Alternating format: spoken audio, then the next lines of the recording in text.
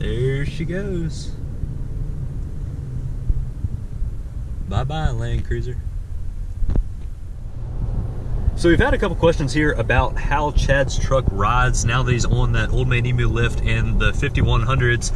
And let's hear it from the driver himself. What do you think of this, Chad? So I really do like the ride. Overall, it is softer than the sport suspension that came stock on my TRD Sport, but it is not quite as soft and supple as, say, a TRD off-road like Bandit's truck. So those were really big points that I was able to draw from this so far, but I am enjoying the lift that has come with the truck now.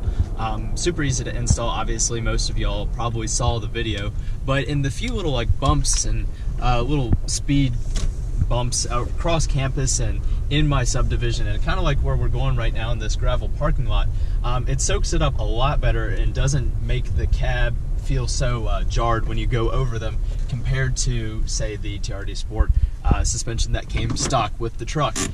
So obviously with that lift and everything, I was getting new coils, leaf packs, and shocks as well. So it totally changes the whole ride. Plus, it was left out of the install video that Chad did, but we do still have those extended brake lines that we need to install at some point. That video will be coming, so be sure and stay tuned for all of that.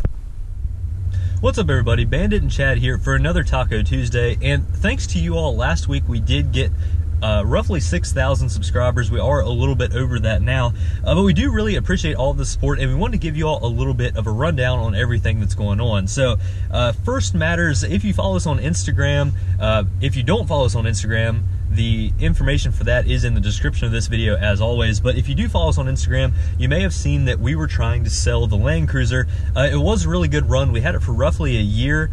When Chad and Chad's father picked it up, the vehicle didn't really run. It was definitely not fit for the streets or the trails. Yeah. And over the past year, with a lot of help from Sparks Parts and a lot of other knowledgeable Land Cruiser people, we were able to get the vehicle up and running. We had a lot of fun with the vehicle, but overall, since it was running and we'd already tested it out on the trails and everything like that, it was kind of time for something different. Like I said, it was a lot of fun, but all good things do have to come to an end, and we will be starting a few other new projects coming very, very soon. So in other news, and I think a lot of the reason why we've been seeing a growth in our channel is because of the Obie tune. So we've had two separate videos on that so far. One with the install and one with our updated driving impressions, and overall we still are very, very impressed. Now, a couple things that people seem to be asking a lot about: I am still running premium fuel. The tune that I have uploaded onto my truck is to optimize the truck for premium fuel. It's a 91 octane tune. We are running 93 octane fuel because that's what we can get here in Virginia. But you want to continue to run that premium fuel as long as you have that tune on the truck. Now, when you do buy the Obie tune and you get it from Matt, you will get one for the regular fuel, the premium fuel, and one that goes back to the stock tune, and all those three are included in that overall price. So maybe that was a little bit unclear. I definitely wanted to help you all out with that, but we have been following along on Tacoma World, as I know a lot of you all have. We're currently on the 1.04 update. 1.05 should be coming very, very shortly, and that includes all of the new transmission tuning that is in the most recent TSB. Now, you went to get the TSB and you could not, right? Right. So I had gone to go and get the TSB. It's probably been about 3 weeks now. Toyota, when I had talked to the dealership down here in the New River Valley, they said, yeah, we'll get that taken care of for you. I took the vehicle in thinking, oh great, I'm gonna get this new software, it's gonna be great. I've heard good things about it from the people in Tacoma World and even some of you subscribers out there. And unfortunately, when I went to go pick up the truck, they said, of course, how things tend to go at dealerships, it seems most of the time, that they could not replicate what the driver had said. So, you know, that's a little frustrating because they said, oh yeah, we'll do this new TSB for you, we're gonna take care of all of that, and of course they didn't, so that's fine. They ended up not doing anything at all.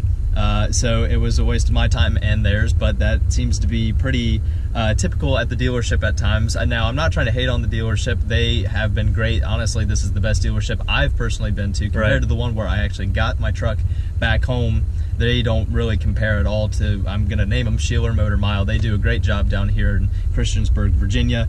And anyways, so did not get that, but Matt is implementing those new TSBs into the tune in 1.05, and as soon as we get that, we will be testing it, of course. Right, and again, to echo what Chad said, I actually bought my truck from Schiller Toyota. They are really great guys. They were very patient when I was in there almost every day waiting on my truck and asking them different questions and everything. They are really great people, but they still have to follow along with what Toyota says. You know, if they can't replicate an issue, they're not going to fix the issue, which is kind of unfortunate because there is a new and better transmission tune out there, but it's not accessible for us because they can't replicate the issue. So it is definitely kind of frustrating, and that is another reason why I wanted to go ahead and get the Obie tune, is because whenever there are updates, you don't have to take it to the dealer.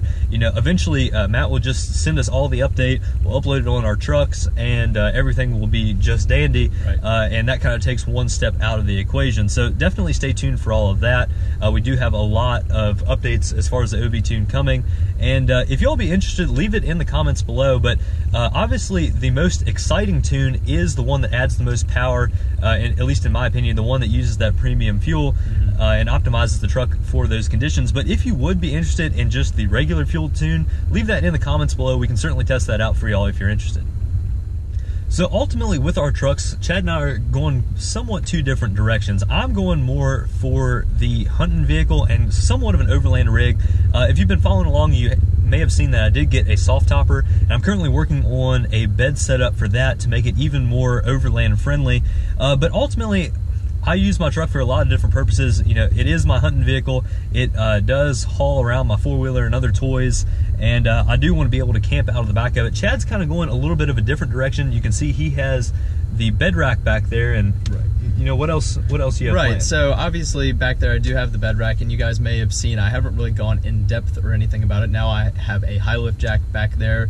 One of the big things that I had discovered in this past year on these trips, I had ended up being somewhat of a support vehicle in carrying a lot of people's junk, I'll call it. But the bed rack is definitely more to organize some of that gear, and we will be getting some more stuff for that here soon. Even some stuff that Bandit and I have talked about just fabricating ourselves. Not something that we want to go and spend 500 bucks on that's already manufactured by somebody, but something that we could make for a fraction of the cost, and it would be a pretty fun project and something not too difficult to make. But yeah, definitely more of a weekend warrior, capable off-road vehicle that can also be daily driven quite easily. I mean, similar to his, that it's not so crazy that it's not something that you have to trailer to the trails, which is kind of, I don't know, inefficient. Right. And another thing that Chad and I have seen, you know, a lot of guys with Tacomas, a lot of you all, you spend a lot of your money up front on the truck, and then you don't want to put, you know, a crazy 6-inch lift on it, you know, 35-inch tires, bumpers and everything else. Right. You know, you want to have still a good daily driving truck like Chad was talking about. And I'm not saying you need to be frugal with your purchases, but we want to kind of build two different builds and explain why we're spending money in different categories, and why we think that might be a good idea. You know, obviously, there are a lot of different builds on Tacoma World, and these kind of seem to be two of the most popular, I would say. You know, not necessarily doing all of the armor and everything directly up front with the bumpers and everything else, but really just optimizing your truck for what you want to use it for. Right. And that kind of leads us to our next point here. If you do have any other modifications or questions about the truck, be sure to leave those in the comment section. We do really try to read all of those and reply to them. The replies are getting harder and harder with more and more comments, but we definitely do read them all, and we do really appreciate your all's input. If we do miss something, be sure and ask it again. We're not trying to ignore you, but again, YouTube is kind of funny when it comes to all those comments. Sometimes we get notifications through email or something else. Sometimes we don't, and it is a little bit frustrating for really our part and your part.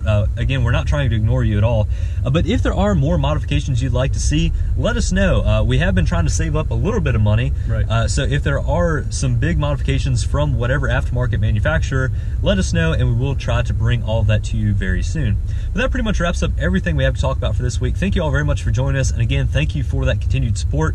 Thanks for watching. As always, have a fantastic week, everybody. We'll catch you next time. See you guys.